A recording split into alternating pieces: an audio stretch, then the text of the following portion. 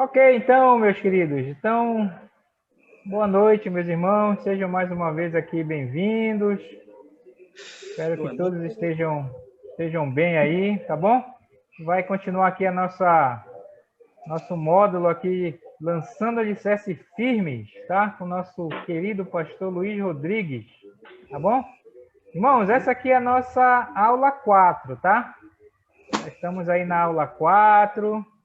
Daqui a pouco vamos dar aquela pausa, aquele recesso para julho, e aí a gente vai concluir o módulo, com certeza, em agosto, tá?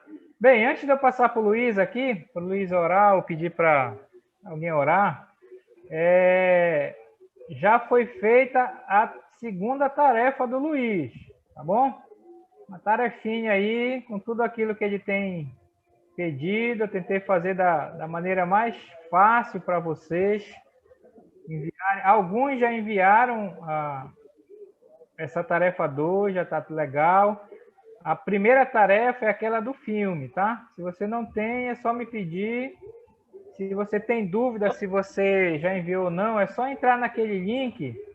E aí, se tiver de verdinho lá no filme e na tarefa 2, é porque você já enviou aí, tá bom? Mas tá ótimo. Pelo menos. Tá recebendo, né, Luiz? Sim, Recebeu já hoje aí a tarefa 2 de um parceiro eu aí seu? recebi. Tá. De vez em quando olhe na sua caixa de spam, viu? Que às vezes a prova é muito certa. Aí às vezes ela vai para a caixa de spam. Sempre olhe lá, tá? Tá. Eu estava falando aqui, meus irmãos, já tem algumas notas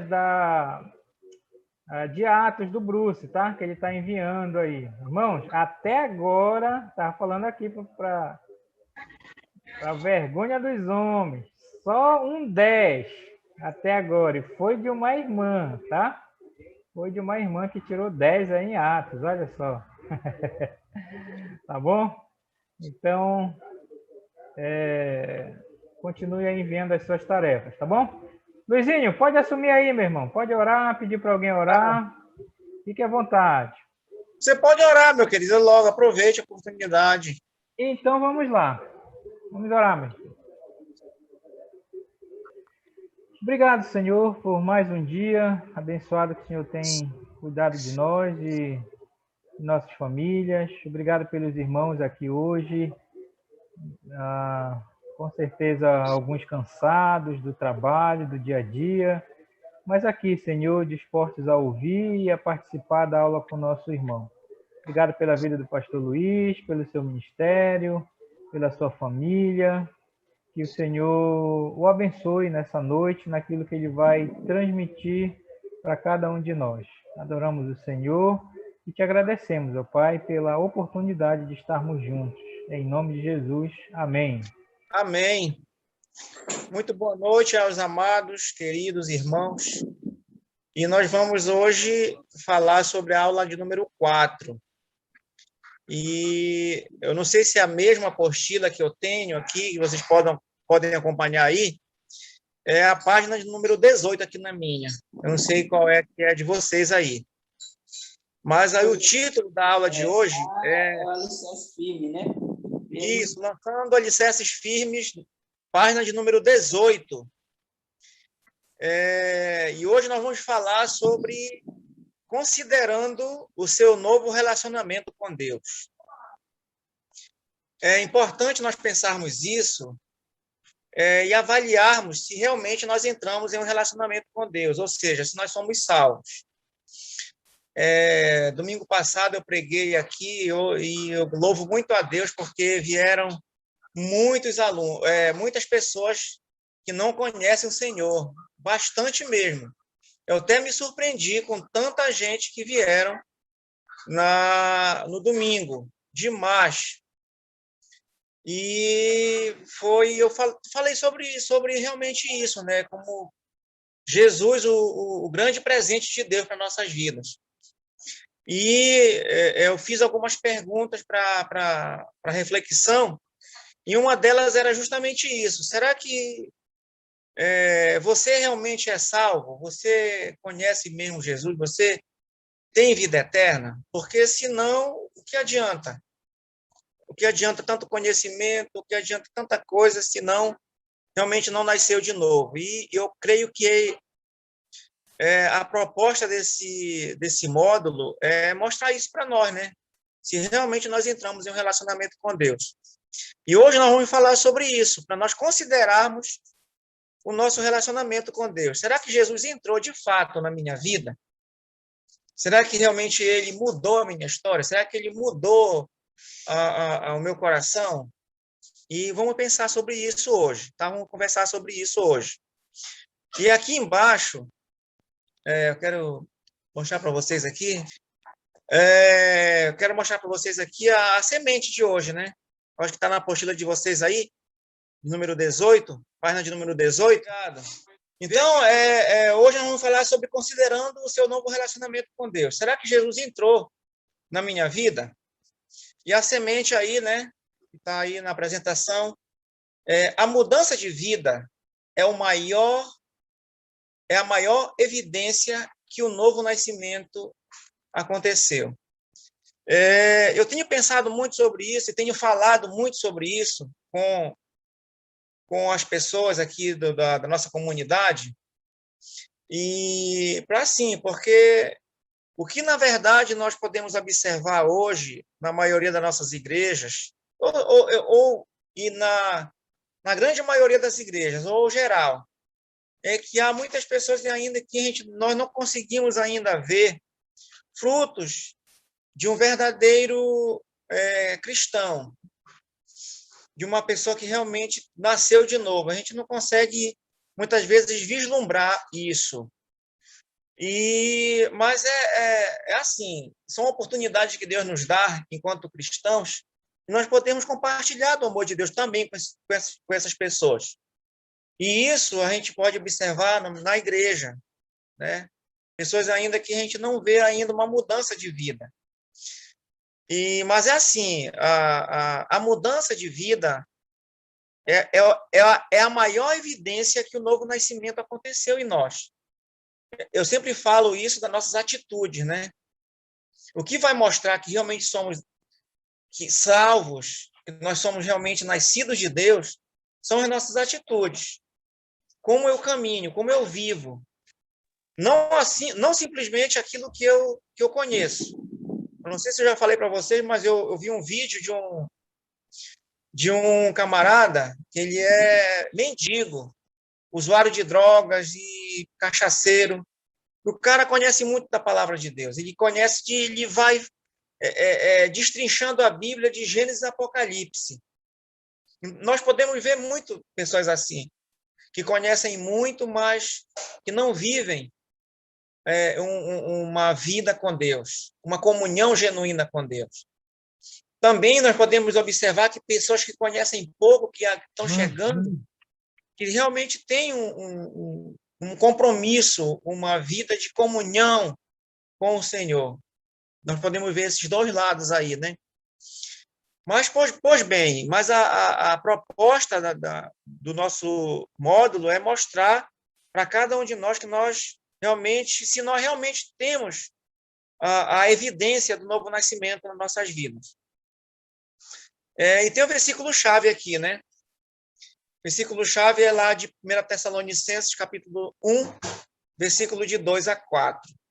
Diz o seguinte: damos sempre graças a Deus por todos vós, mencionando-vos em nossas orações, e sem cessar, recordando-nos diante do nosso Deus e Pai, da operosidade, ou seja, obras práticas como evidência, da vossa fé, da abnegação, ou seja, labor, fatigas, trabalho, do vosso amor e da firmeza, ou seja, perseverança, da vossa esperança em nosso Senhor Jesus Cristo.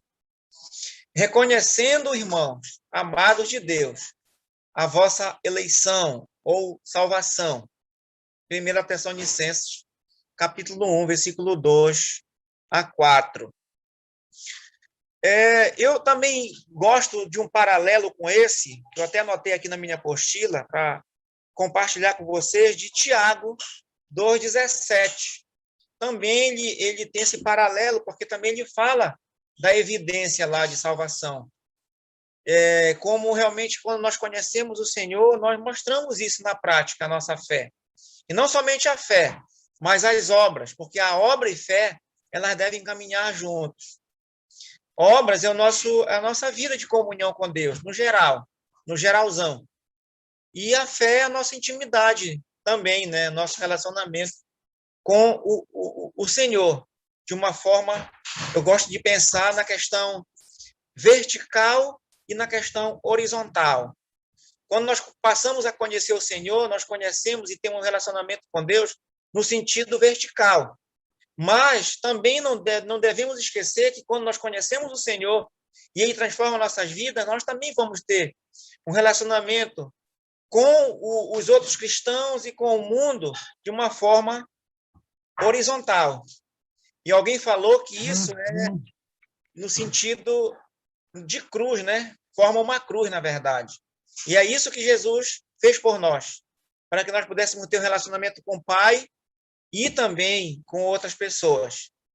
Isso é fé, isso é um relacionamento com Deus, isso é evidências de do novo nascimento. E aqui na apostila diz, as boas obras, né, dos Tessalonicenses eram evidências de que eles tinham a fé verdadeira em Jesus Cristo. Olha só, eles não apenas apresentavam fé, mas eles apresentavam obras. Porque, como diz Tiago, fé sem obras, ela é morta. Mas eles apresentavam boas obras. As boas obras como fruto, como evidência da fé genuína em Jesus Cristo. Seu trabalho, né? Seu trabalho demonstrou que eles tinham amor. Eles eram pessoas trabalhadoras, né? Pessoas que metiam a mão na massa. Eu sempre vejo isso hoje, também relacionado à igreja, que muitas das vezes, quando se trata de trabalho, as pessoas não querem se envolver. E sabemos, eu sempre tenho falado isso, Mária é testemunha disso. Sempre digo para a igreja, quando eu cheguei aqui, eu falei, quando eu assumi aqui, há 4 meses, eu disse, olha, sozinho eu não posso fazer muita coisa, ou quase nada. Mas com a ajuda dos irmãos, com o trabalho dos irmãos, nós podemos fazer muita coisa. E eu acho interessante uma frase que eu também ouvi, que juntos somos mais fortes, né? Então, é o trabalho, nosso trabalho junto, ele rende muito mais. E o meu sonho aqui na Igreja do Café Liberal é ver toda a igreja envolvida. Pelo menos uma pessoa estudando e discipulando, evangelizando, uma pessoa. E no final do ano, vamos ver o que vai acontecer. E como eu falei para vocês agora há pouco, nós ficamos muito felizes com a desenvoltura como Deus está trabalhando na igreja aqui do Café Liberal, na nossa comunidade, que é perceptível isso. Deus está movendo corações. E domingo passado foi uma celebração assim muito maravilhosa. Muitas pessoas vieram para conhecer a igreja, podemos dizer assim. Quando eu falo de igreja, não estou falando do prédio da igreja simplesmente. Estou falando da igreja mesmo. Pedras vivas. E essas pessoas vieram celebrar com a gente, foi um tempo muito maravilhoso. Então, o trabalho dos Tessalonicenses era motivado, era fruto também, evidência do amor que eles tinham, do amor para com Deus. Lembra que eu falei? Intimidade com Deus, no sentido vertical, nos traz evidências no sentido horizontal. E isso forma uma cruz, né? Tanto com Deus quanto com as pessoas. A perseverança era a prova de que sua esperança não estava neste mundo, mas no Senhor. Ou seja, eles tinham obras, eles faziam boas obras, A gente está também aqui com alguns projetos, né, aqui da igreja. Isso são obras que nós fazemos. E a gente tem uma aqui que eu chamo de a mercearia da igreja, né, onde nós arrecadamos alguns itens de cestas básicas, onde nós podemos abençoar as pessoas que chegam, as pessoas carentes. Então, isso são obras, isso é trabalho, e isso também não deixa de ser fruto da nossa perseverança ao Senhor. Então, a perseverança daqueles irmãos, a obra deles e o trabalho deles realmente demonstravam que eles tinham um verdadeiro relacionamento com Deus. E se eu pudesse perguntar para nós hoje, quais são as evidências que mostram que nós conhecemos o Senhor? Quais são essas evidências? O nosso trabalho, das nossas obras, da nossa perseverança? Então, nós podemos ver isso na vida dos irmãos lá de Tessalônica, o quanto eles eram realmente pessoas que se envolviam na obra do Senhor. Continuando, desde o momento em que você entrou no relacionamento com Deus, seu objetivo principal deve ser o de crescer em intimidade com Deus, ou com Ele, né? Então, esse deve ser o nosso principal propósito, principal objetivo. Quando nós entramos no relacionamento com Deus, é esse crescimento espiritual. Eu gosto muito, acho que vocês já me ouviram falar, lá de 2 Pedro, capítulo 2, versículo 18, né, que eu acho muito interessante. É um dos meus versículos de oração. A propósito, já começaram a anotar os versículos de oração que vocês querem que Deus atue na sua vida? E 2 de Pedro, para mim, é um versículo muito interessante, que diz que antes crescei na graça e no conhecimento de nosso Senhor e Salvador Jesus Cristo. Então, na verdade, nós estamos aqui nesse mundo para crescermos no nosso relacionamento com Deus. E a cada dia, nós vamos crescendo nessa intimidade com Ele. E muitas pessoas têm experiências dramáticas quando chegam a Deus. Alguns testificam de uma mudança radical em seu comportamento, deixando as drogas e o álcool para sempre, no momento da salvação. Outros falam de uma convicção muito forte ou de uma experiência muito emocional. Eu já vi muitas pessoas, já tive muita experiência com relação a isso. Pessoas choram quando chegam a Jesus. A gente não deve criticar. Eu jamais vou criticar pessoas que se emocionam, que têm essa experiência. E outras não, também não podemos criticar. E eu vejo que muitas das vezes nós criticamos muito pessoas que têm as suas experiências, e não é nosso papel fazermos isso. Eu acredito no que as pessoas, nas experiências que as pessoas têm com Deus. Por que não? E elas falam disso, né, dessa convicção, como elas chegaram a Jesus. De qualquer maneira, um dia você percebe que não há mais a mesma emoção do dia quando experimentou essas coisas. Parece que as coisas vão se esfriando na nossa vida, né?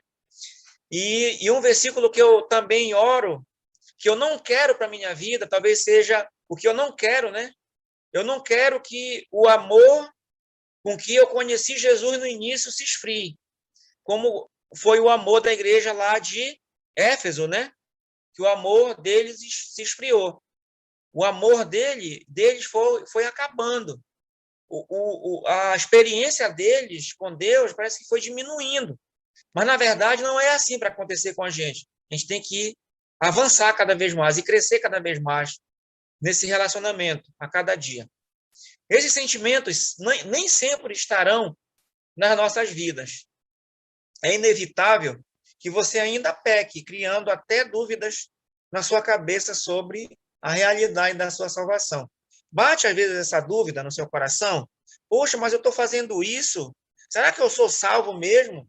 Será que Jesus transformou minha vida? Poxa, por que isso? E às vezes bate, né?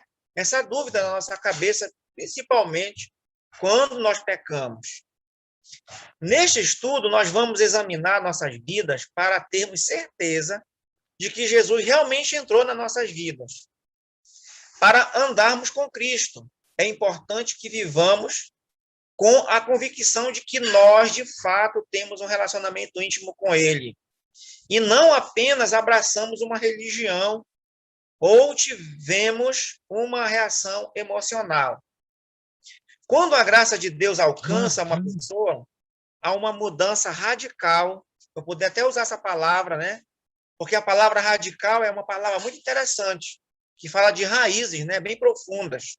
E eu posso dizer isso, que quando nós entramos no relacionamento com Deus, quando a graça de Deus alcançou a nossa vida e fomos transformados, nascemos de novo, fomos justificados, Deus nos fez uma nova criatura, uma mudança realmente aconteceu em nós.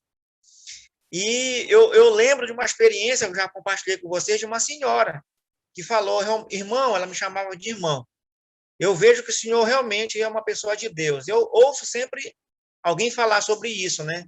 Agora, no Dia dos Pastores, então, no Dia do Pastor, eu recebi muitas mensagens, homenagens, das pessoas vendo como realmente Deus tem transformado a minha vida.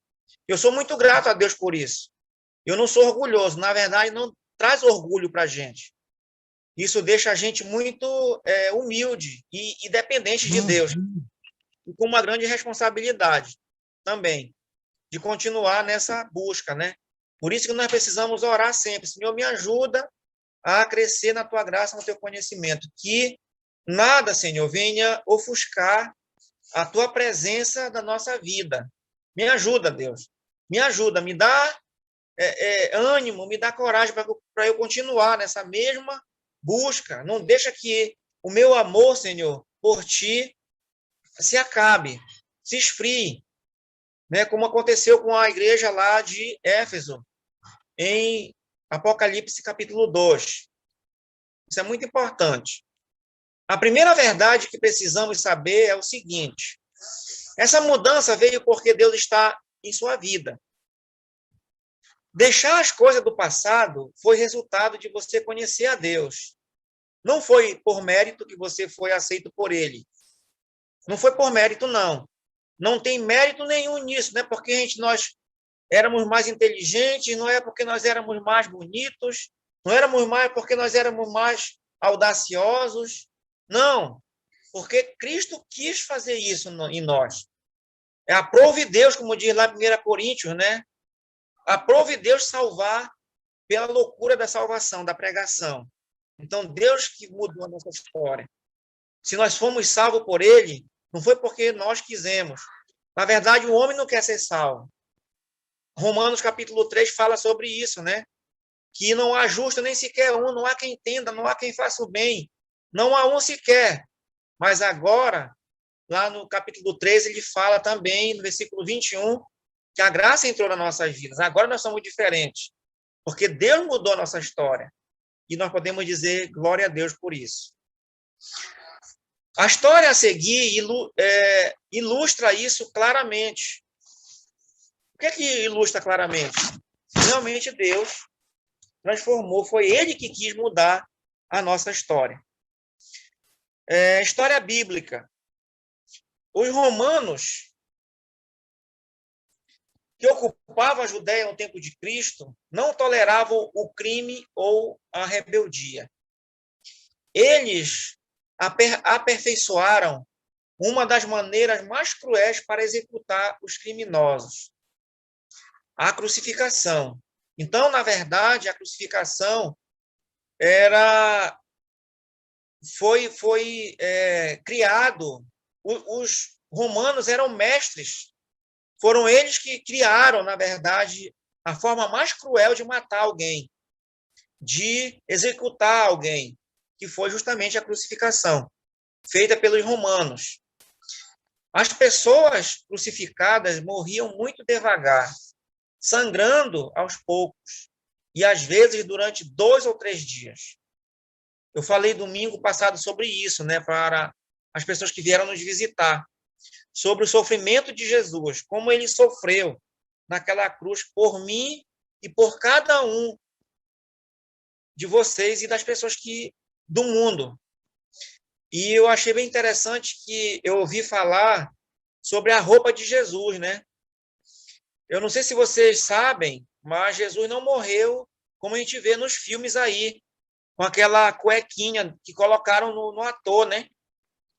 Com aquele panozinho na frente para cobrir suas vergonhas. Na verdade, os romanos matavam as pessoas completamente nuas, peladas, na cruz. E isso é muito claro para a gente, faz muito sentido quando o autor aos Romanos, aos Hebreus, né, fala, no capítulo 12, versículo 2, que lá na cruz ele expôs toda a sua vergonha. E essa vergonha ele expôs por nós, lá naquela cruz. Então, éramos nós, eram seres humanos pecadores, que eram para assumir aquele lugar de vergonha, de horror, de dor, mas ele assumiu por nós. E eu acho muito legal falar sobre isso para as pessoas terem uma noção de que hoje nós podemos nos aproximar dele sem vergonha, sem medo, e porque tudo isso já passou por nós. Então, aqui diz, né? Essa forma de tortura era comum e reservada apenas para escravos, ladrões, revolucionários e assassinos. E onde Jesus entrou, né? Nesse caso aí, ele entrou nesse grupo aí de ladrões, escravos, revolucionários e assassinos, muito embora não sendo nada disso, nós sabemos disso. Mas ele fez tudo isso por mim e por vocês. Ao aproximar-se da Páscoa dos judeus, um homem foi flagrado, acusado e condenado por ser um ladrão. Por causa dessa festa religiosa dos judeus, este homem sabia que a sua morte seria adiada por uma semana, até que as pessoas regressassem para as suas cidades. Aconteceu que Jesus foi condenado à morte durante a Páscoa. E por causa dessa polêmica, tanto os judeus quanto os romanos não queriam prolongar a situação e decidiram matar Jesus durante a festa. Pilatos, querendo humilhar a Jesus, decidiu crucificá-lo entre dois ladrões para que ele, Jesus, parecesse um criminoso comum também. O ladrão, pensando que teria mais uma semana de vida, foi arrastado da prisão junto com um outro. Às vezes, uma placa era colocada no pescoço do indivíduo, anunciando o seu crime, enquanto carregava o madeiro para o lugar onde seria crucificado. Jesus foi crucificado juntamente com dois ladrões condenados, justamente para dizerem que Jesus era o ladrão principal, porque ele foi crucificado bem no meio. E as pessoas que passassem ali diziam, aquele ali deve ser um bandidão também. Olha, ele está bem no meio dos dois ladrões. Suas mãos e pés eram cravadas na cruz. A dor era insuportável. O quadro era de dar dó. O quadro era de dar dó. Mas a multidão, e principalmente os líderes religiosos, zombavam de Jesus. Daí, eles anunciaram seu crime, que provavelmente estava pendurado no seu pescoço e até colocado acima dele, na cruz. Este é o rei dos judeus. Cheio de amargura e levado pelo ódio da multidão, o outro ladrão também começou a zombar de Jesus. Na verdade, os evangelhos dizem que os dois ladrões eles estavam zombando de Jesus, não apenas um, mas os dois. Mas a resposta de Jesus foi inesperada. Em vez de responder com amargura pela injustiça que estava sofrendo, ele orou: Pai, perdoa-lhes, pois não sabem o que estão fazendo. Ele até olhou com compaixão para aqueles que dividiram as suas vestes. Ou seja, Jesus estava mostrando uma vida completamente, atitude, melhor dizendo, completamente diferente de qualquer pessoa. O homem na cruz nunca tinha visto nada igual, ou seja, nunca tinha visto alguém agir dessa forma. Eles estavam observando a vida de Jesus, assim como aqui nesse mundo as pessoas observam as nossas vidas. Alguém falou que nós temos 4 evangelhos, né? Mateus, Marcos, Lucas e João.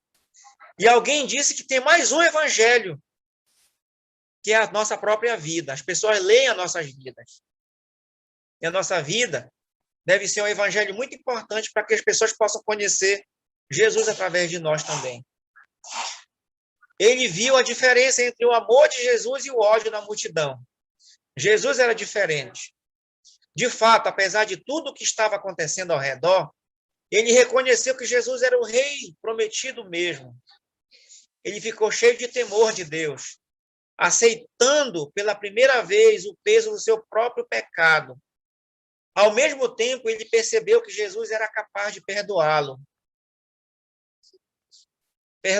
A reação do outro ladrão, de cinismo e ironia, a reação do outro ladrão era de cinismo e ironia, ao falar com grande dificuldade: você não é o Cristo? Salve-se a si mesmo e a nós. Jesus não respondeu, mas com uma convicção surpreendente, o primeiro ladrão respondeu: você não teme a Deus, nem estando sob a mesma sentença? Nós estamos sendo punidos com justiça, porque estamos recebendo o que os nossos atos merecem. Mas este homem, Jesus, não cometeu nenhum mal. Mesmo sabendo que nada merecia, mas confiando apenas na compaixão de Jesus, ele rogou: Jesus, lembra-te de mim quando entrares no teu reino. Sua vida não durou mais do que algumas horas, mas o homem ouviu as palavras mais doces de sua vida. Jesus lhe falou: eu lhe garanto, hoje mesmo você estará comigo no paraíso. Como Jesus poderia dar essa garantia? Que fruto ou obras aquele homem tinha? Ele não fez nada além de defender Jesus e de lhe pedir que lembrasse dele quando viesse no seu reino. Nada, ele só disse: lembra-te de mim. Só isso que ele disse. Boas obras ele não tinha. Batismo ele não tinha. Amor, talvez, ele não demonstrou para com ninguém. Apenas roubo. Roubava os outros, era um grande ladrão. O que ele tinha para demonstrar que ele era um salvo? Que obras ele tinha como garantia da salvação? Não são a causa ou o motivo da salvação. Obra, batismo, amor, etc. Isso não são a causa ou motivo da salvação, mas a evidência ou o resultado da salvação. Ou seja, quando nós nascemos de novo, é o que lá em Efésios 2:10 diz, né? Não de obra para que ninguém se glorie, versículo 9. E versículo 10, pois somos feitura dele, criados em Cristo Jesus para fazermos boas obras, as quais Deus de antemão preparou para que andássemos nelas. Então, as boas obras, elas surgem nas nossas vidas, a sacola da tiazinha para carregar, um quintal que a gente vê sujo para limpar, alguém para a gente doar um chopp, eu que vendo chopp, alguém que não tem dinheiro, alguém que precisa que eu busque lá na casa dele, no nosso carro, para vir assistir a nossa celebração. E assim por diante. São obras que Deus coloca nas nossas vidas como fruto da nossa salvação e não a causa. Ou seja, obras não causam salvação, mas quem é de fato salvo em Jesus Cristo, ele fará boas obras como fruto disso. Jesus, conhecendo o coração e ouvindo as palavras daquele homem, sabia que o homem possuía fé genuína. Talvez ele não possuísse ainda obras, né? E alguém pode perguntar, mas por quê? Ele ele foi salvo porque ele talvez só tivesse fé e não tivesse obras. Irmãos, eu já ouvi alguém perguntar sobre isso, e é uma boa pergunta, viu? A obra daquele homem, talvez, foi de confiar em Jesus, foi de depositar sua confiança em Jesus. E ele não teve tempo de fazer boas obras, porque se ele tivesse tempo, ele faria com certeza, porque ele confiou em Jesus. E ele não ia sair daquela cruz ali, se ele pudesse, se Deus desse a oportunidade de sair daquela cruz, ele com certeza ia refletir muito e muito o caráter de Deus, com excelentes atitudes. Infelizmente, ou felizmente, ele não teve oportunidades como nós temos. Eu vejo que nós precisamos olhar para nós. Quantas oportunidades Deus tem dado para a gente refletir a glória dele, fazermos a obra dele, e muitas das vezes nós não fazemos. E esse homem, o ladrão da cruz, o pouco tempo que ele teve com Jesus, ele demonstra muita fé e muita confiança em Jesus. E hoje em dia, quantas e quantas pessoas não foram restauradas, transformadas, só por ouvir essa história desse homem? Pela fé que ele confiou tanto em Jesus. Se o homem tivesse vivido mais tempo, ele teria mostrado mais fruto, aquilo que eu estou falando agora há pouco. Porém, Jesus, pelo fruto da confissão dele, viu a evidência da salvação, viu que ele realmente creu em Jesus para a salvação. Com certeza, sua confissão era o fruto da sua fé. Eu falei agora há pouco, né? A fé dele, eu vejo, a atitude dele já é obra suficiente, juntamente com fé. Já que estas palavras foram ditas na pior das circunstâncias. O exemplo desse ladrão tem influenciado muitas pessoas no mundo inteiro por séculos e séculos. A gente não sabe. Nós não sabemos quantas pessoas foram restauradas, transformadas, animadas, exortadas, né, pela vida desse ladrão, pelo fruto da vida de intimidade com Deus que ele teve. Agora, perguntas aqui para nós. O que este homem fez para merecer a salvação? Ele fez alguma coisa? Nada. Resposta: é isso mesmo. Nada. Não fez nada. A única coisa que ele fez foi ele creu em Jesus. Só isso, Professor, somente fé, confiança em Jesus. Somente isso. E alguém me perguntou, só um momento, alguém me perguntou essa semana agora, pastor, eu vou lhe fazer uma pergunta, ou alguma coisa assim. Uma pessoa que no final da vida, e der sua vida para Jesus, no final mesmo, ela poderá ser salva? O exemplo está aqui, né? Eu não tenho dúvidas, irmãos, de que uma pessoa pode ser salva se realmente ela confiar plenamente em Jesus. Não tenho dúvida disso. Não precisamos ter dúvida, porque a gente não conhece, nós não conhecemos. A gente pensa que a pessoa que passou muito tempo fazendo a obra e tudo, e fazendo, esse que vai ser salvo. E muitas das vezes vai surpreender muita a gente, pessoas que simplesmente não tiveram tantas oportunidades como nós temos e somente creram em Jesus. E eu acho muito interessante para a gente pensar sobre isso, que a salvação, ela não depende do tempo que a gente passa, 30 anos, 50 anos servindo o Senhor, na história dos trabalhadores da vinha.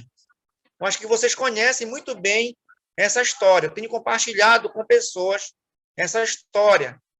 E se você for observar na história, surgiu de uma pergunta de Pedro, né? Senhor, nós largamos tudo para te seguir. E agora, o que será de nós? E nós vamos ganhar muito, né, por isso. Nós largamos pai, largamos mãe, largamos família. Nós vamos ganhar muito. Aí Jesus conta essa história. E se você for olhar, são vários grupos de pessoas que começam bem cedo da manhã. E o homem vai contratando pessoas de cedo até 5 horas da tarde, ou 4 horas da tarde. E quando na hora de pagar, ele começou com quem começou lá para de tardezinha. Talvez trabalhou só 1 hora de tempo. E ele deu um denário, porque ele tinha contratado um denário, um salário de um dia. Aí quem estava lá para trás, que começou bem cedo, ficou, bom, se ele deu um denário para quem começou 1 hora, ele vai me dar, sei lá, 10 denários, porque eu trabalhei o dia todo. E quando ele deu um denário para todo mundo que trabalhou cedo, ficou muito indignado com o patrão, né? Com o senhor da vinha. E disse, por que você fez isso com a gente? Nós passamos o dia todo no calor do sol, o dia todo escaldante, e você vem com um denário para nós? Aí ele pergunta, achei bem interessante como ele faz. Vem cá, não foi o denário que eu contratei e acertei com vocês? Foi. E por que vocês estão me questionando porque eu dei um denário para quem começou à tardezinha? Por acaso o dinheiro não é meu? Eu faço do dinheiro o que eu quero. Eu estou sendo injusto com vocês porque eu estou dando para essas pessoas o mesmo tanto que eu dei para vocês? Irmãos, eu vejo isso com relação à salvação. Não importa se a gente conheceu Jesus há 10 anos, há 20 anos, há 30 anos, e nos envolvemos na obra o dia todo. Não importa isso. Deus prometeu para todos a salvação, a vida eterna. E amém por isso, glória a Deus, podemos dizer. Amém. Oh, que Deus maravilhoso que nos prometeu a salvação. Nós estamos satisfeitos com isso. Então, alguém me perguntou essa semana agora o que é que eu achava de alguém que deu a vida a Jesus e se eu acho que isso é verdadeiro. Quem sou eu para dizer que não? Nós, muitas das vezes, nós julgamos as coisas assim, muito, muito rapidamente. Mas nós não podemos julgar. Ou nós não podemos desconfiar. Nós não confiamos no poder de Deus? Ou é a mesma coisa que alguém pergunta, a conversão de uma criança é verdadeira? Quem sou eu para dizer que não? Quem sou eu para dizer que uma conversão de uma criança que conheceu Jesus e busca o Senhor de verdade não é verdadeiro? Eu estou desconfiando e estou desacreditando do poder de Deus, da ação de Deus. E eu acho muito interessante essa história desse homem, que não fez nada, simplesmente creu, e o Senhor prometeu a ele um lugar maravilhoso no reino dos céus. Alguém quer perguntar? Alguém quer questionar alguma coisa? Comentar algo? Alguém chamou aí? Pode falar, meu querido. Oi? Alguém quer falar alguma coisa? Alguém queria comentar alguma coisa? Tá. Luizinho, Oi? você estava falando lá do homem da cruz, do ladrão, e ele não fez nenhuma obra, mas a obra que ele fez foi realmente crer em Jesus. E também tem um texto paralelo a esse também, que algumas pessoas perguntaram para Jesus qual era a obra que eles deveriam fazer. E Jesus respondeu para eles. Dirigiram-se, pois, a ele, perguntando: o que faremos para realizar as obras de Deus? Respondeu-lhe Jesus: a obra de Deus é esta, que creais naquele que por ele foi enviado. Então, de João 6, né? isso, 6, 28 e 29. Bem, isso, muito legal. É isso mesmo. Que obra maravilhosa a gente crê em Jesus, né? Claro, como eu falei, se Deus nos dá oportunidades, vamos aproveitar as oportunidades. Ele não fez porque ele não teve oportunidades. E nós, que cremos e temos oportunidades e deixamos escapar? Será que nós não estamos pecando por causa disso também? E tem um versículo que vocês podem me ajudar, é de Tiago, capítulo 3, eu acho que 17, que diz que se eu sei que eu devo fazer o bem e não faço, nisto estamos pecando. Eu acho que se encaixa muito bem também para nós hoje. Né? Se nós deixamos de escapar as oportunidades, nós pecamos contra Deus. Pois bem, por que ele foi salvo, então? Ele foi salvo porque ele reconheceu que não merecia a salvação e confiou em Jesus Cristo. Por isso que ele foi salvo. Como esse homem podia ter a certeza da sua salvação? Porque Jesus prometeu, sua segurança estava baseada na promessa de Jesus.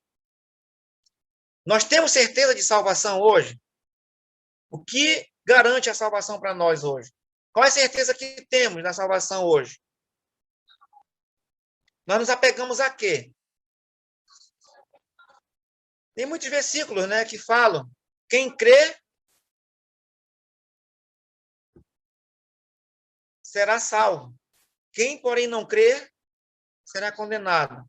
E a vida eterna é esta, que creias naquele que por ele foi. Enfim, tem muitos versículos que baseiam e nos dão certeza, convicção de que, se nós confiarmos plenamente em Jesus, ele nos garante a salvação. Considerando, sim. Professor, Diga, meu querido. só uma dúvida aqui Sim, em questão de obras, né? Levando em consideração o cenário lá no momento da crucificação, correto.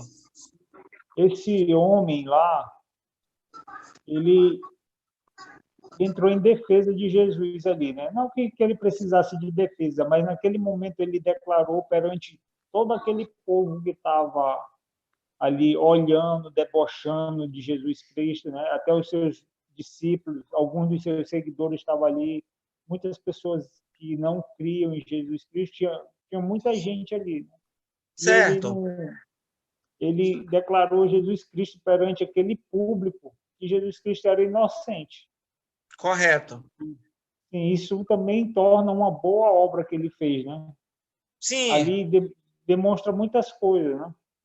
Sim. Então eu vejo o aspecto de algumas obras que ele fez ali, né? Antes Correto. de ele morrer. Muito bem colocado, porque sim. Ele repreendeu o outro que estava falando mal dele, né? Sim. E declarou perante aquela multidão toda, né? Se assumiu como culpado e falou que Jesus Cristo era inocente, né? Certo. Quis comparar a vida dele ali de erro, né? Como o senhor colocou, as atitudes dele levaram ele àquele local ali. Ele merecia estar ali, mas Jesus Cristo não merecia estar ali, porque ele não tinha feito nada. Correto. Então, eu vejo isso como uma boa obra. Nós podemos chamar isso obras em palavras. Vamos pensar dessa forma. As suas palavras, as suas atitudes naquele momento, entendeu? Mas quando nós falamos em obras, é bom a gente pensar nisso também, entendeu? Que ele defendeu Jesus, muito embora que Jesus não precisasse de defesa, como você bem colocou. E a questão também é que o fruto da salvação na vida dele o levou a falar daquela forma. Nós podemos observar também, não somente ele, mas vamos olhar um outro personagem que eu acho bem interessante, Nicodemos, por exemplo. Nicodemos, ele era um fariseu, um membro do Sinédrio, como se fosse o nosso Senado hoje. E ele, por 3 vezes, né, no livro de João 3, João 7 e João 19, nós podemos ver esse homem, Nicodemos, ele progredindo na sua fé. E em cada uma delas, nós podemos ver fruto do relacionamento que ele tinha com Deus. Não somente na questão de palavras, como a gente pode ver do ladrão aí, ele falando, ele gesticulando, né? Mas Nicodemos, ele não apenas falou, mas ele agiu. Ele teve obras de trabalho, digamos assim. Eu não sei se você está entendendo a diferença. A questão que nós observamos hoje para nossas vidas não é apenas somente de palavras. Certamente, se esse homem tivesse tido a oportunidade de sair dali, ele não apenas falava, mas ele agia, entendeu? Ele fazia ações como fruto da sua intimidade com Deus. E hoje nós temos N oportunidades de nos expressar, como ele se expressou, de nos posicionar como ele se posicionou, de ter uma postura diferente e também de serviço, de trabalho, de mão de obra, de colocar a mão na massa. Entendeu? E eu vejo que esse homem, o ladrão, ele falou, ele disse, ele conversou, por causa que ele não tinha como fazer mais do que isso. Mas certamente, se ele tivesse oportunidade, ele agiria não somente com palavras, mas com atitudes e ações. Deu para entender a diferença, meu querido? Sim. E hoje nós temos não somente a oportunidade de falarmos de Jesus, porque falar é muito fácil. Entendeu? Falar sobre Jesus é muito fácil. Mas nós não queremos somente falar, nós queremos viver, nós queremos agir e experimentar isso no nosso dia a dia. A pessoa de Jesus Cristo nas nossas vidas. Pois bem, considerando o seu relacionamento com Deus, perguntas individuais agora. Vamos pensar em nós agora. Há momentos em que você tem dúvidas sobre a realidade da sua salvação? Tem dúvidas?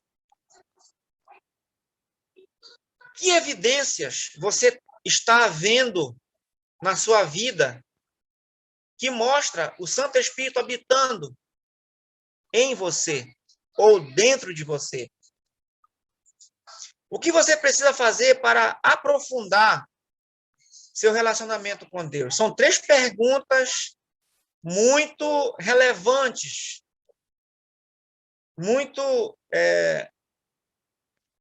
importantes para nossas vidas hoje. Será que, de fato, nascemos de novo? Será que mostramos com a nossa vida que Jesus habita em nós, pelas nossas atitudes, não apenas por aquilo que nós falamos? Alguém me falou, acho que foi Benedito, não sei se o Benedito está aí, do filme. Acho que ele me fez uma pergunta, lá do cara do cabelo liso, né? Trabalhava na empresa que falava da palavra, mas assim, muito carrancudo, dava patada nas pessoas, mas ele usava a palavra. E por que nós podemos olhar para a vida desse homem e dizer assim que ele era apenas uma pessoa legalista e não uma pessoa que tinha um relacionamento verdadeiro e genuíno com Jesus? Eu vejo que está dentro dessa questão aqui, né? Pessoas que realmente não entendem a graça de Deus, elas não experimentam a graça de Deus. Pessoas que não entendem a salvação, que não foram salvas, elas não experimentam a salvação. E eu não sei se vocês já ouviram falar, mas as pessoas pensam que salvação é só quando chegarmos lá do outro lado. Na verdade, irmãos, a salvação é aqui e agora. Alguém falou que nós precisamos viver a salvação como se nós já estivéssemos morando com Jesus na eternidade, no céu. É assim que é para nós vivermos aqui. Então, essas 3 perguntas aí são muito relevantes para nós, viu? Pensem nisso. Uma das coisas mais difíceis é conciliar o fato de que temos uma nova posição em Cristo e de que o nosso comportamento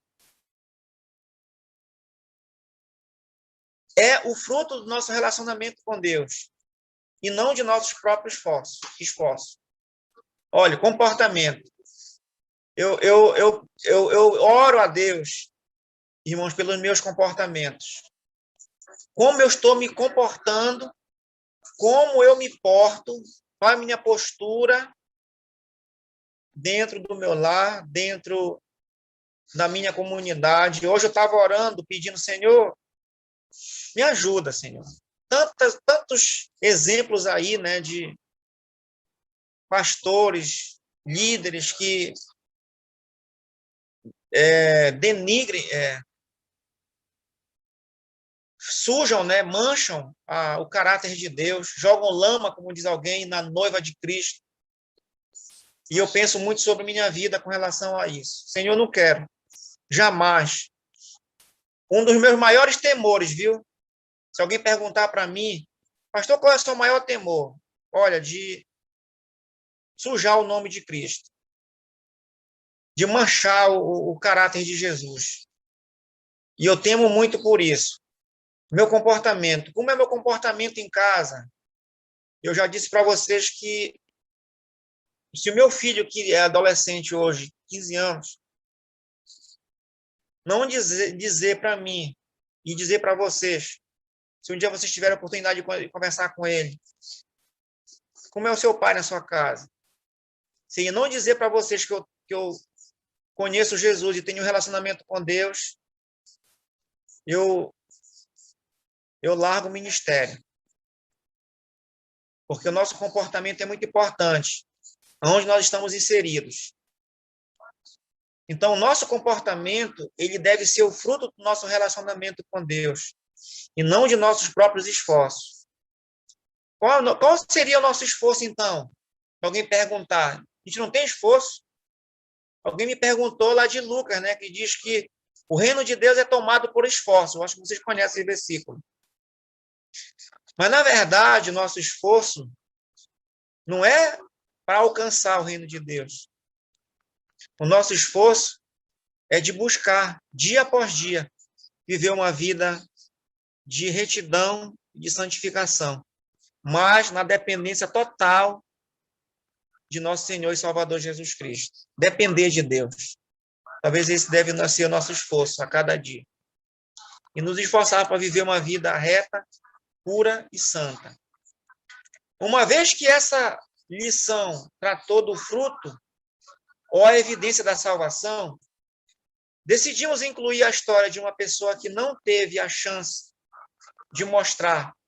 Olha, ela não teve a chance de mostrar o fruto da sua salvação com ações, né? Com atitudes, apenas como o nosso irmão falou, com palavras, né? A não ser aquilo que você comentou agora, a confissão. Ele falou, ele verbalizou, ele externou isso com a sua confissão. A beleza dessa história do ladrão é que Jesus declarou que o homem não era salvo sem ter nenhum mérito para isso. A beleza dessa história é que Jesus declarou que o homem era salvo, melhor dizendo, que o homem era salvo sem ter nenhum mérito para isso. Ou seja, ele não foi salvo porque ele mereceu, ou porque ele fez alguma coisa. Ele não fez nada. Mesmo assim, ele foi salvo. E a salvação para nós hoje é também da mesma forma. É sem a gente fazer nada. E eu não sei porque hoje a igreja, nossa igreja moderna, né, atual, ela sempre joga para mérito. Sempre joga para mérito. Sempre é mérito. E nós precisamos pregar, descentralizar justamente isso, né? Que não é mérito nosso. Não é porque eu fiz alguma coisa. Romanos 10 e 11, ele fala sobre essa questão, né? Que Deus salvou lá Jacó, não foi porque ele mereceu. Muito pelo contrário, Jacó era um bandido, era um ladrão, era um manipulador. Mas Deus o salvou. E se alguém questionar Deus, por que você salvou Jacó e esqueceu de Esaú? A resposta de Deus é simplesmente porque eu quis. Porque aprove Deus salvar Jacó. Simplesmente isso. Por que Deus nos salvou? Porque ele quis salvar a gente. Ele colocou nosso nome no livro da vida desde a fundação do mundo, porque ele quis. E nós somos gratos por isso, não porque nós fizemos alguma coisa para ganhar a salvação. Amém? Alguma pergunta? Algum questionamento com relação a isso? O que vocês acharam? Pode perguntar. Agora, Vai ser mais questão de pergunta para vocês aí, tirar dúvida. E se nós soubermos responder, a gente responde. Se não, a gente diz que não sabe, pesquisa para a semana. A nossa aula basicamente termina aqui hoje, tá? Nós estamos bastante adiantados, graças a Deus. Nós estamos fazendo a aula de número 4, que já era para ser a número 5. Mas tudo bem. É melhor estarmos adiantados do que atrasados, né? Oi, Luiz. Perguntas, comentários. Oi. Oi, Luiz. Diga, meu querido.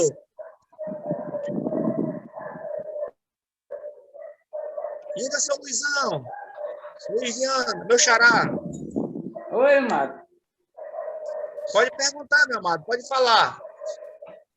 Queria só, digamos assim, endossar o que você acabou de falar, né? Nós estamos tendo o privilégio hoje de reconhecer que, como você falou, o comportamento das nossas vidas não é fruto dos nossos esforços, mas do nosso relacionamento com Deus.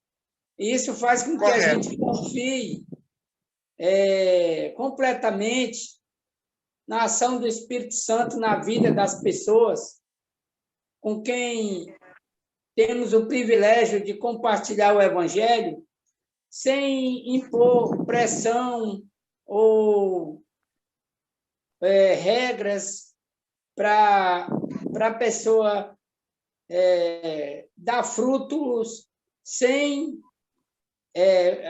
a ação do Espírito, mas pela sua própria força. E aí a glória passa realmente a ser de quem é digno.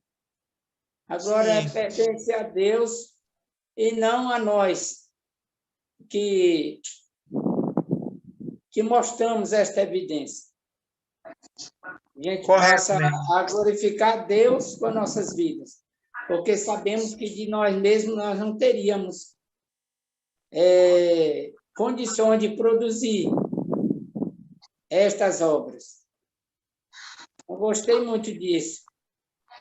A questão do ladrão na cruz é emblemático para a gente derrubar essa questão de merecimento. Foi muito bom, eu gostei muito do estudo. Obrigado, meu irmão. É isso mesmo. Eu pensei no que você falou agora, a última frase, da questão de a glória para Deus, né? Paulo, acho que foi Paulo, 1 Coríntios, capítulo 2, quando ele fala da questão que ele não ia trazer para as pessoas uma filosofia de palavras, de persuasão humana, mas ele queria simplesmente trazer o evangelho da graça, o evangelho transformador, renovador, porque ele entendia que ele era um homem muito culto, né? Era um homem poliglota, falava vários idiomas, muito inteligente, e ele podia muito fácil convencer as pessoas, e até mesmo converter as pessoas, com a sua inteligência, com a sua retórica, né? Mas ele diz, olha, eu estou deixando isso de lado, eu quero simplesmente compartilhar o evangelho, porque esse evangelho é poderoso para transformar vidas. E quando uma pessoa é convertida pelo Espírito Santo e convencida pelo Espírito Santo, essa pessoa realmente vai refletir o caráter de Deus. Ela vai viver a vida de Deus e vai ter um comportamento completamente diferente do comportamento de uma pessoa que foi simplesmente manipulada por alguém, por uma religião. E Paulo diz, eu não quero isso. Muito embora que eu tenha condições de converter e convencer alguém, eu não quero fazer isso. Porque pode chegar alguém mais inteligente do que eu e pode desconvencer essa pessoa e levar essa pessoa para um outro grupo religioso. Muito bom, meu irmão, que você falou. Quando Jesus transforma a nossa vida, de verdade, com o Espírito Santo moldando o nosso caráter, essa pessoa vai refletir mesmo o caráter do Senhor e produzir muito fruto para a honra e glória dele. Muito bom. E toda a honra e glória seja realmente dada ao nosso Deus, o Senhor dos céus e da terra.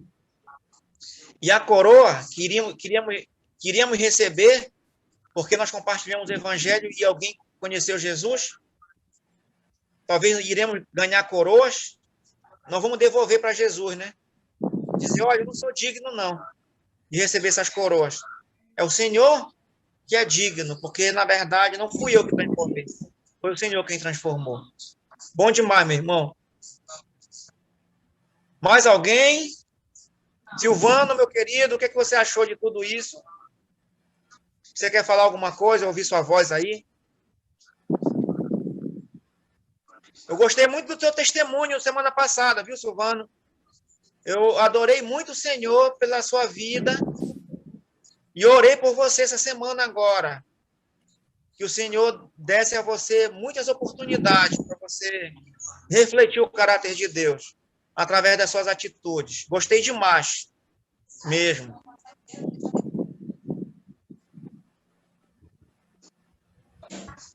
Obrigado pela oração. Eu agradeço. O que você achou de tudo hoje? Hoje eu tô refletindo tudo isso. Estou memorizando. Vamos dizer assim, eu estou mastigando. Tá mastigando, né, meu irmão? Uhum. Foi muito tá bom, ruminando. legal.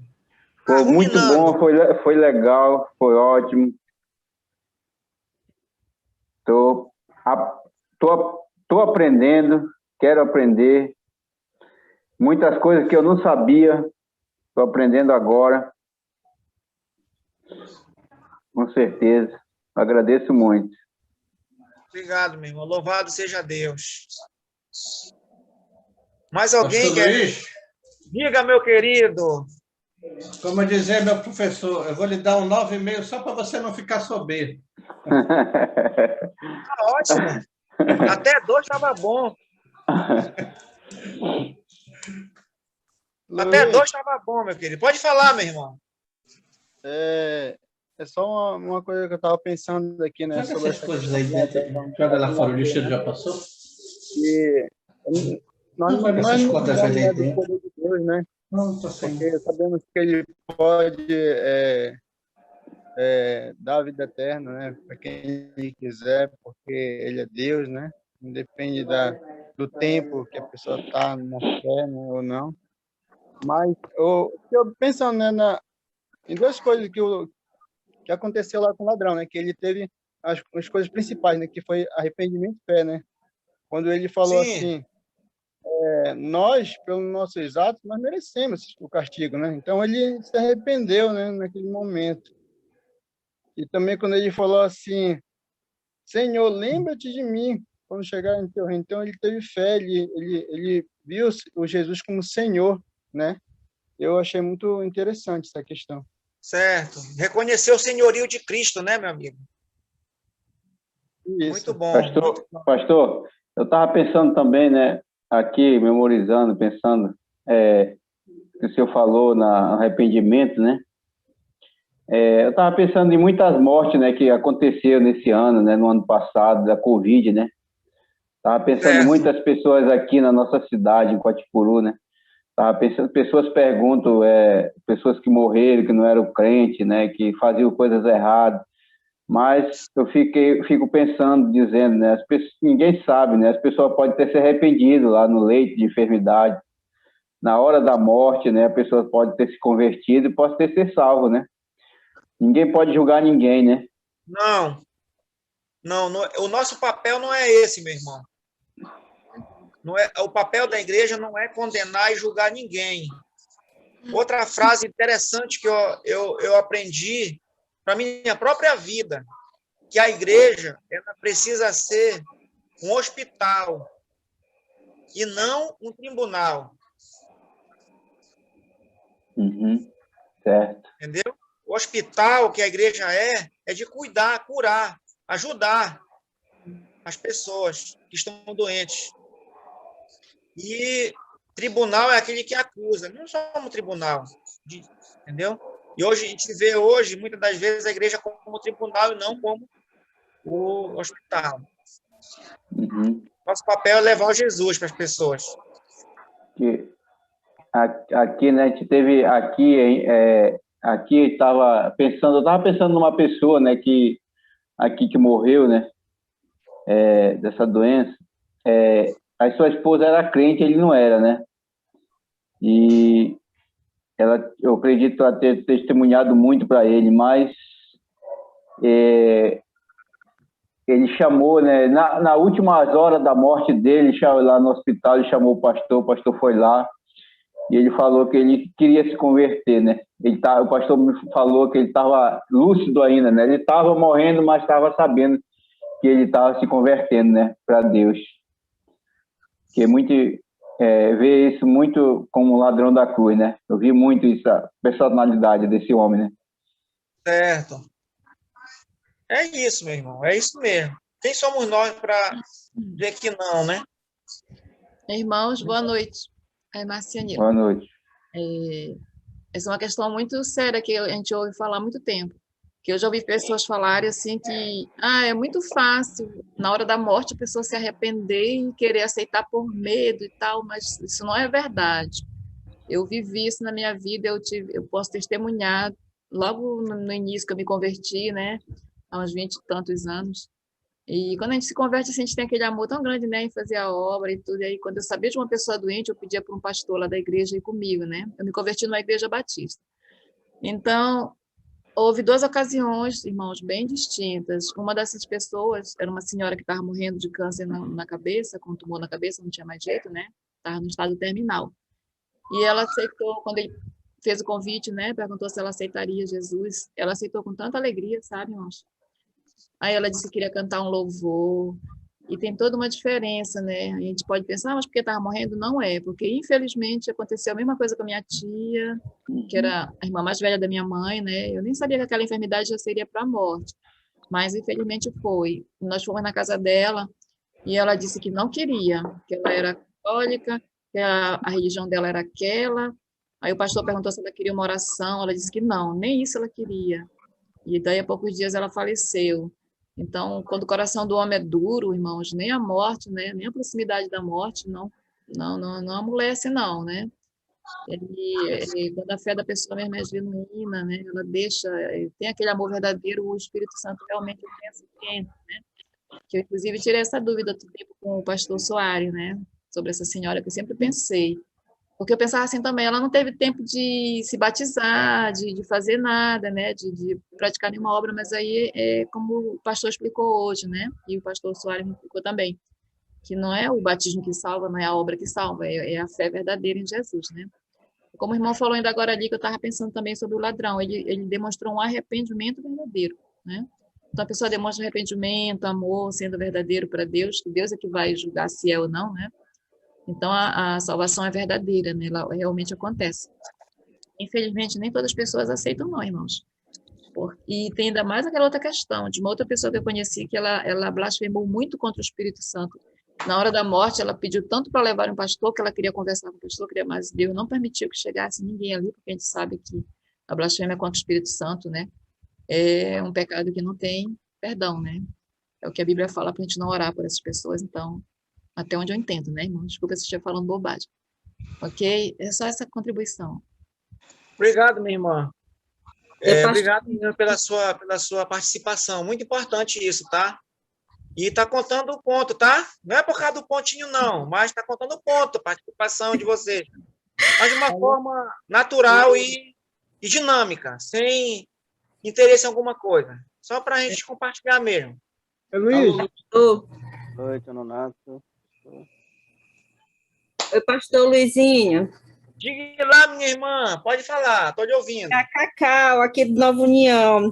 Eu queria comentar sobre a hora em que Jesus fala, né, que os ladrões começam a zoar dele, né, e ele responde, né, Pai, perdoa-lhes, pois não sabem o que estão fazendo. Ele totalmente no nosso lugar, né?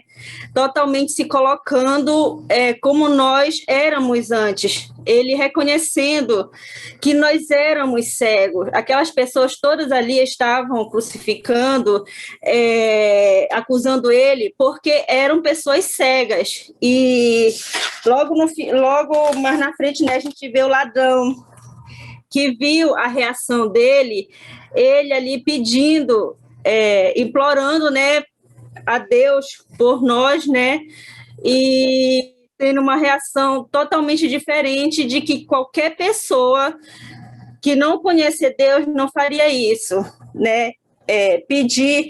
Então, quando uma pessoa magoa a gente, como você falou, estiver falando alguma coisa sobre a gente jamais, uma pessoa que realmente conhece a Cristo, jamais vai acusá-lo ou rebater, vai orar, pedir para Deus, para que Deus tenha misericórdia, porque se a pessoa ainda faz isso, porque não conheceu a Deus ainda. E outro, deixa eu ver aqui, eu marquei aqui, mas... Deixa eu ver, eu marquei outra coisa aqui, mas eu perdi. E sobre o ladrão, né, que creu, e ele ouviu de Jesus a promessa. As pessoas falam, que garantia, as pessoas questionam muito, que garantia vocês têm que vocês são salvos?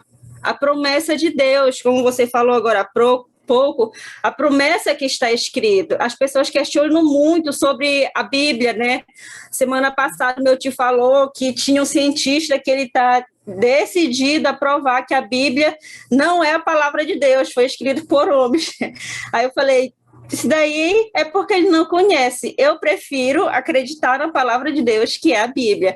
Então, hoje eu tenho essa convicção, e a gente não se deve deixar levar por comentários de outras pessoas, né, que não compreendem. O que a gente pode fazer é orar, pedindo para que Deus os perdoe, quem sabe Ele tem misericórdia delas também. Muito bem, minha irmã. Ótimo, bom pensar nisso. Só para lembrar um negócio aqui, antes que eu perca meu raciocínio, tinha um crente muito ignorante. Muito ignorante. O crente era muito ignorante. Ele rebatia tudo, ele dava resposta torta para tudo. E um belo dia, ele andando na rua, e alguém disse para ele, ei, irmão, rapaz, deixa de ser besta, rapaz. Tu crê nesse negócio de Bíblia. Esse negócio de Bíblia, rapaz, é papo furado, é balela, é história para boi dormir. E, rapaz, foi homem que escreveu. Aí ele pega e diz assim, e tu queria que quem escrevesse? Macaco, boi, cavalo? Rapaz, Deus usou o homem mesmo, era homem que Deus queria usar. Se Deus usasse um cavalo, será que tu acreditava, meu amigo? Será que Deus, se Deus pudesse, e Deus pode, né? Deus fez uma mula falar. Será que Deus poderia usar um animal para escrever as escrituras se ele quisesse?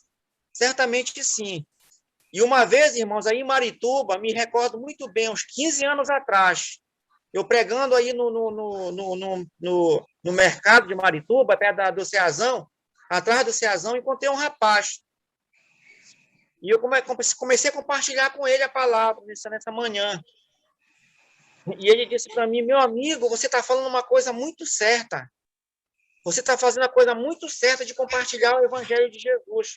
Meu amigo, eu acredito muito na Bíblia, ele falou para mim. Eu acredito muito, eu creio muito na palavra de Deus. Meu amigo, eu creio tanto que a Bíblia conta a história, ele falando para mim, né? Eu creio tanto que a Bíblia conta uma história de um homem que foi engolido por um grande peixe. E olha, se a Bíblia contasse o contrário, que um homem engolia um grande peixe, mesmo assim eu confiava nela, meu amigo. Eu nunca me esqueço disso. Então, para você ver como tem pessoas que confiam mesmo, porque a palavra de Deus ela é verdadeira, ela é eficaz, ela é mais importante do que qualquer espada de dois gumes, e nós precisamos nos apegar nas promessas de Jesus mesmo, que ele fez para nós. Se nós confiarmos nele de todo o nosso coração, é que nós íamos morar na eternidade com ele, sem dúvida disso, isso é uma segurança que nós temos, né? Então, eu estava lendo ontem, João capítulo 10. Gente, que coisa linda. João 10, ele fala da segurança de salvação, né? Lá para o versículo 28 e 29. Quem está na mão do Pai, jamais ele lança fora. Quem está na mão do Pai e do Filho, ele é salvo, porque está seguro nesse relacionamento. Então, eu me apego muito a isso, sabe? Eu até me emociono quando eu leio e penso nisso. Que nós precisamos crer na palavra de Deus, confiar mesmo que é a palavra viva dele que ele deixou para nós. Assim como o ladrão confiou, né, no Senhor. E hoje a gente vê fruto disso. Não só na vida dele, mas quantas e quantas, como falou aqui, pessoas foram impactadas com a história do ladrão. Pode falar, meu amigo Daniel. Daniel de Barro falando. Eu acho muito legal a história desse homem, né? Porque chama a atenção da gente. Mas a Bíblia fala também que Deus tem os seus, né? Os escolhidos, né? A Bíblia diz que ele escolheu os seus antes da fundação do mundo, né? Efésios capítulo 1, versículo 4. Então, como ele escolheu antes da fundação do mundo os seus para salvar, e a gente não pode questionar Deus, porque todas as coisas são dele, então creio que Deus escolheu aquele homem para salvar naquele dia. Ou seja, era o dia dele. Assim como também tem o dia de morrer, né? Como fala o Salmo 139, versículo 16, né? Deus estabeleceu todos os nossos dias sem que nenhum deles existisse, porque o nosso Deus é soberano. Aqui no capítulo 20 de Mateus, e o versículo 16, ele diz assim: assim os últimos serão primeiros, e os primeiros serão últimos. Porque muitos são chamados, mas poucos escolhidos. Então, tem os escolhidos de Deus. E os escolhidos de Deus, eles vão ouvir o evangelho. É bom lembrar de que quando aquele homem estava pregado na cruz, ninguém perguntou para ele se ele queria aceitar Jesus. Ninguém perguntou para ele isso. Isso veio dele. Ele que reconheceu o seu estado de pecador, de miserável, que ia morrer ali e ia para o inferno. Provavelmente ele já tinha ouvido falar do inferno, assim como ele ouviu falar de Jesus também. E ele teve o privilégio tão grande de morrer ao lado do Salvador, o qual ele sabia que ele tinha o poder para dar a vida. Então, veja que aquele homem, ele foi escolhido por Deus. Deus preparou aquele momento exclusivamente para ele. Lembra sempre também do Judas, que traiu Jesus. Jesus escolheu ele como um apóstolo. Lembra disso, né? Todo mundo sabe. Mas todo mundo também sabe que ele veio para isso, para trair Jesus. Se fosse um de nós, sabendo que aquela pessoa ia fazer o mal, tu ia contratar ele para dormir na tua casa? Se tu soubesse que o camarada, olha, tem um camarada que quer te matar. Por exemplo, eu quero te matar. Luiz, eu quero te matar. Eu quero ir na tua casa, mas eu quero te matar. Tu vai me contratar para deixar eu entrar na tua casa? Jamais, né? Nós não íamos deixar. Jesus, ele fez isso. Lembra bem disso. Obra que aconteceu, estava predestinado para aquilo dali. Deus é soberano, ele sabe todas as coisas. E esse homem foi salvo ali. Eu não tenho nenhum pingo de dúvida, mas é bom lembrar que ninguém perguntou para ele se ele queria, naquele dia, aceitar Jesus. Por quê? Porque eu creio que essa obra ela é do Espírito Santo. E o Espírito Santo foi que fez essa obra naquele homem, naquele dia. E, além de tudo, ele teve o privilégio de confessar com a sua boca para Jesus. Ele disse: Senhor, lembra-te de mim quando estiveres no teu reino. E a resposta de Jesus, sendo Deus soberano, ele disse: hoje mesmo estarás comigo no paraíso.